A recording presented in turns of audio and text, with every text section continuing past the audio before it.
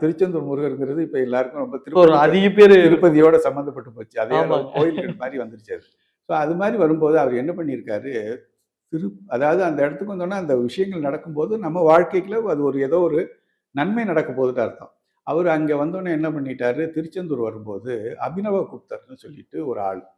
இப்போ நம்ம எல்லாரும் கேட்குறாங்க, பில்லி சூனியம் உண்மைங்களா, பிளாக் மேஜிக் உண்மைங்களா அப்படின்னு நிறைய பேர் கேட்குறத நம்ம பார்க்குறோம்.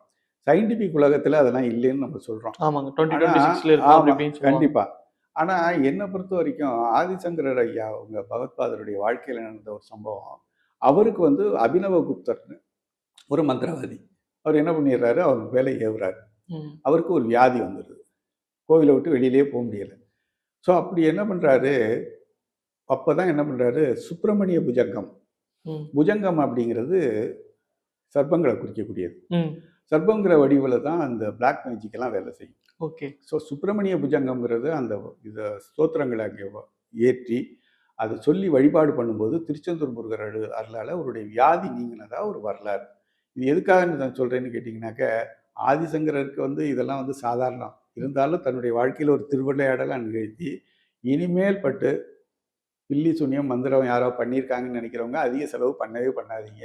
வெளியில் யார்கிட்டையும் ஒன்றும் கேட்காதீங்க. திருச்செந்தூர் முருகர் படத்தை வச்சு சுப்பிரமணியம் கேசட்டில் புஜங்கம் இருக்குது பார்த்தீங்களா, அது யூடியூப்பில் இருக்கும். நீங்கள் படிக்கிறது கூட அந்த சமஸ்கிருத ஸ்லோகம் முடியலைனாலும் கேட்கலாம், போட்டு கேளுங்க. கேட்டிங்கனாக்க பில்லி சூனியம் இருந்தால் தானே போயிடும்.